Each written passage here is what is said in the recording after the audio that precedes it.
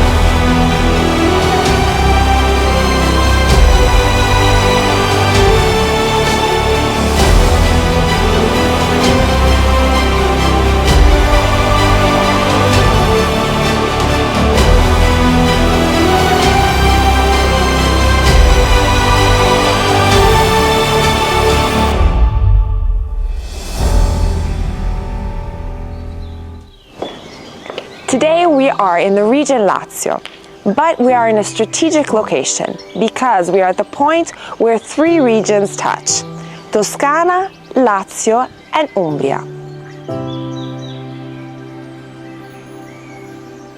The castle is a perfect example of art and beauty, going through the most stunning transformations until arriving at the castle that we can see today.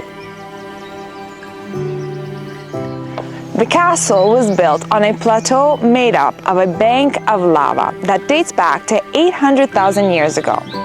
Originally, the castle was a watchtower, and we have a first mention of it in 756 AD, during the Lombard era.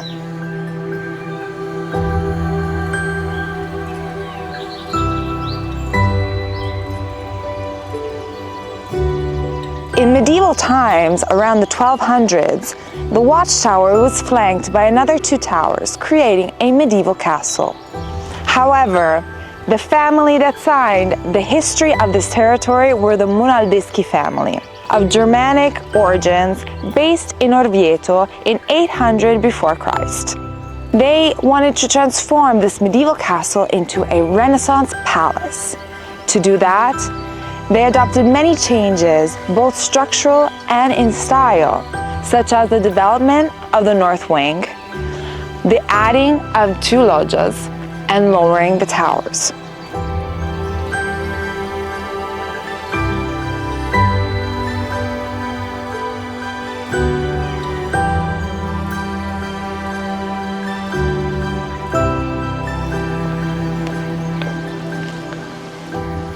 The property is surrounded by 1 hectare of land and features this stunning and perfectly kept Italian-style garden, from which we can enjoy the most amazing views over the surrounding countryside, which also connects us to the internal garden.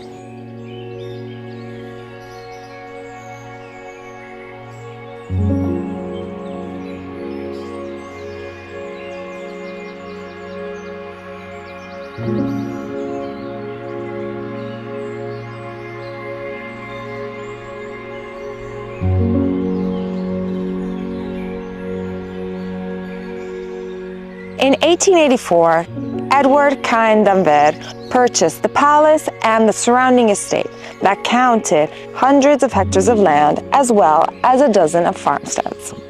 He entrusted the renovation of the palace to the Sienese architect Giuseppe Partini, who, following the footsteps of the Sienese Purism movement, that was a very important movement both for architecture and art, completely changed the appearance of the castle, transforming it from the Renaissance palace into the neo-Gothic castle that we see today. The castle wraps around this central space where we find this perfectly kept garden embellished by a fountain. We also enjoy the magnificent view over the Italian-style garden. The castle is 5,000 square meters and is developed on a number of floors. So now, if you'll follow me, let's check it out.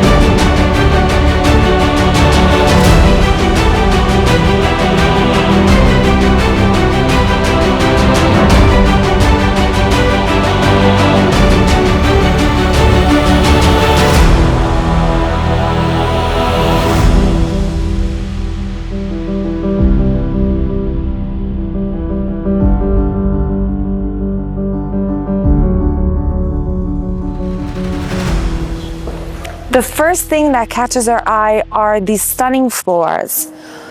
3 different types of Tuscan marble were used, and thanks to a skillful use of symmetry, it has a 3-dimensional appearance. If we look along the walls, we can see ancient Roman artifacts found during an excavation of the Monaldeschi family, except for those that show the image of a deer. That was the coat of arms of the Monaldeschi family and were saved during the renovation. If we take a look at the ceilings, we have 4 painted scenes. These were painted in 1886 by Pietro Ridolfi, and they were inspired by the myths of Glauco and Sicilia, the triumph of Bacco and Arianna, and the scene with Ares and Venus, inspired by the Metamorphosis of Ovidio. All of these have a common theme, which is love. The Galleria has a lot of natural light thanks to the many windows that also give us access onto the garden. But not just that, we can access each room present on the floor. We are now in the Sala Ludica, or entertainment room.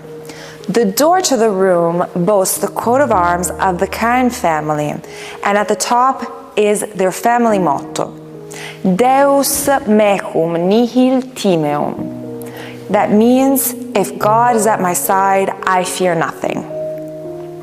All the woodwork of the boiserie, the doors, and the furniture are examples of craftsmanship of Tito Corsini. The room boasts 2 spectacular pool tables that date back to the 1930s.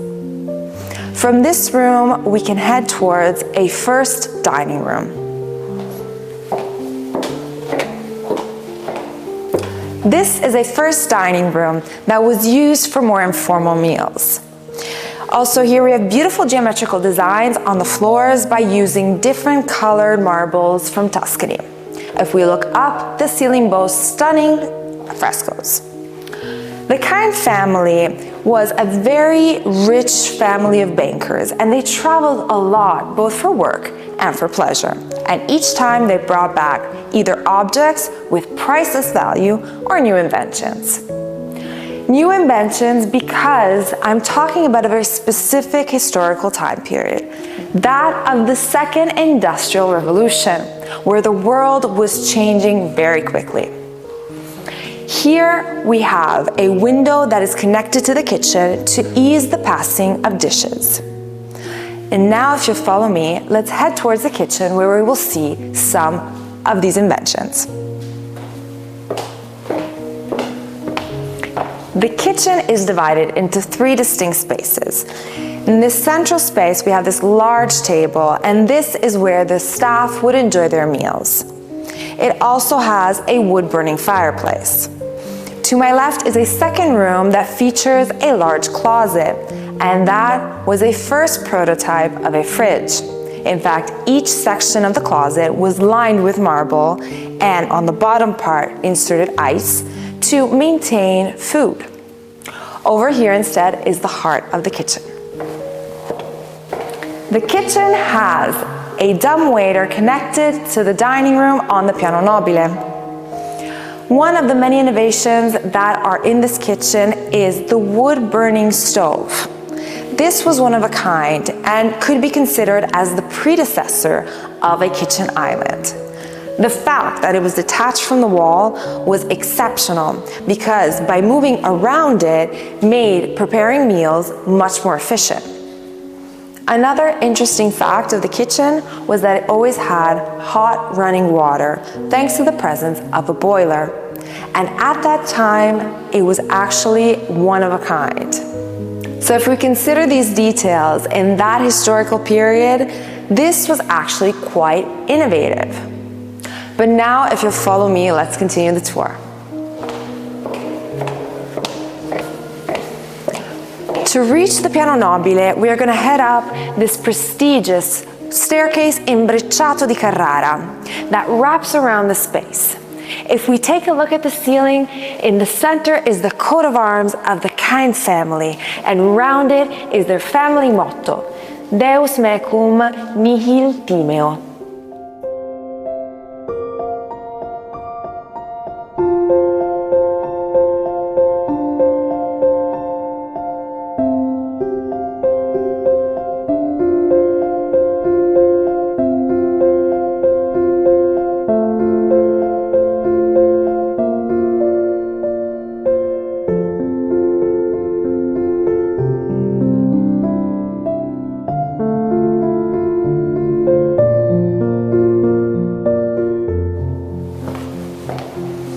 The Galleria on the Piano Nobile is 55 meters long.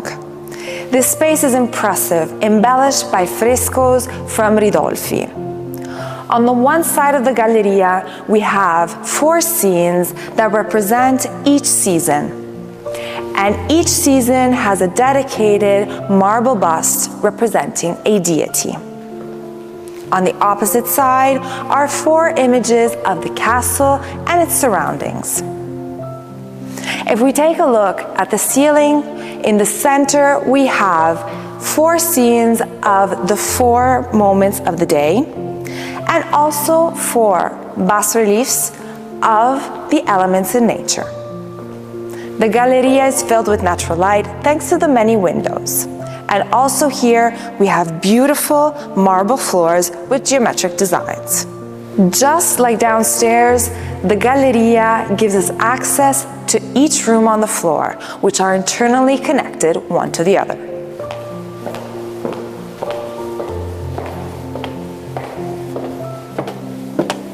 We are in the heart of the floor. This spacious living area has lovely wooden floors, and if we look up, the ceilings are decorated with floral themes that frame 2 bucolic scenes. Central to the room is a sitting area that looks onto this majestic stone fireplace, with on top the crest of the Sforza family. This room is connected on the one side to the master bedroom, which has the most amazing Murano glass chandelier and stone fireplace. It is connected to the master bathroom.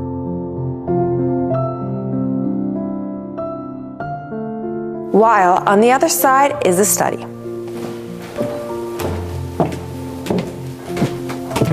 The study features a lounge area. The room is embellished by stunning wall fabric, and we can notice the details on the boiserie and doors. These are examples of Tito Corsini craftsmanship. The study is perfectly connected to the dining room. This spacious dining room still has all the original wooden finishes, such as the boiserie and floors. Here we have the dumbwaiter that connects to the kitchen. Central to the space is a large table that can host a number of guests or a large family gathering. The room is embellished by lovely wall fabric, not to speak of the frescoes on the ceilings. And to tie the whole space together is this magnificent marble fireplace with the Cayenne crest of arms. This room is connected to the guest bedroom. The guest bedroom has lovely wooden floors, a stone fireplace, and ensuite bathroom. However, this room differs in respect to the others. If we look up at the ceiling, here we find the floral designs typical of the Liberty style. This guest bedroom is where the famous Italian writer Gabriele D'Annunzio would stay during his visits to Rodolfo Cayenne.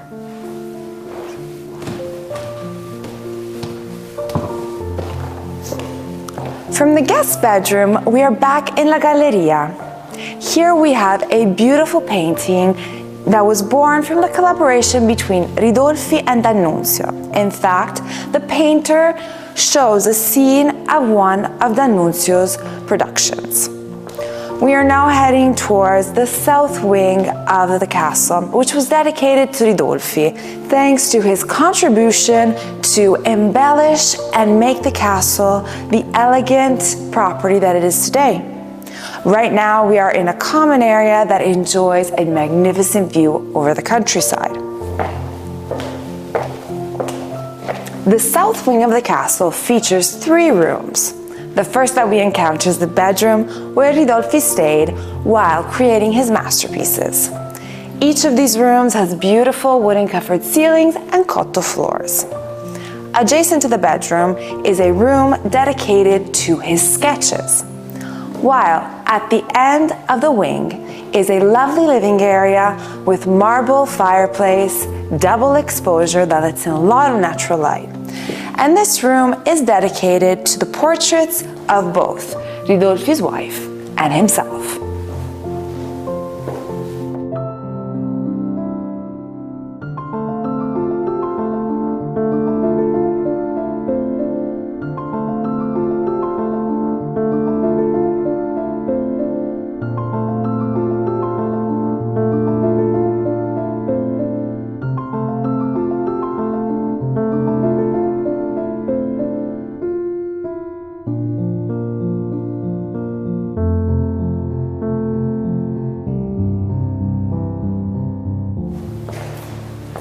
The castle features an upper floor. However, it is not accessible at the moment since it is in need of renovation. In total, the property can offer 35 bedrooms and 15 bathrooms. We are now heading towards the north wing. The north wing is like traveling back in time. This part of the castle has remained intact since it was built. The cotto floors and chestnut-covered ceilings date back to the 16th century. The frescoes surrounding the ceiling and framing it show scenes of 5 centuries ago. Here we have Rome with Castel Sant'Angelo and San Pietro still without the cupola, while over there is the city of Orvieto with its towers still intact and not demolished by time. Central to the space is a table with above lovely cast iron chandeliers.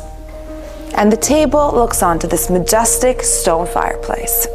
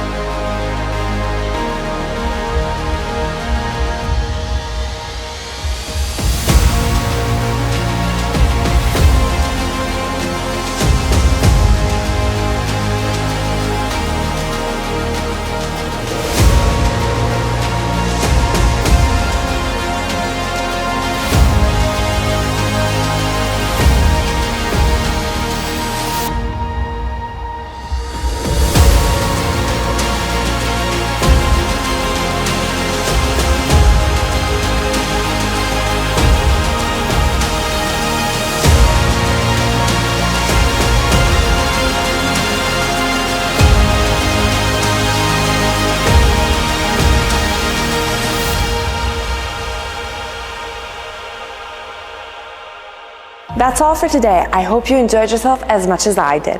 Don't forget to subscribe, like, and comment. I can't wait to see what you thought of this majestic castle for sale in the region Lazio. On that note, ciao!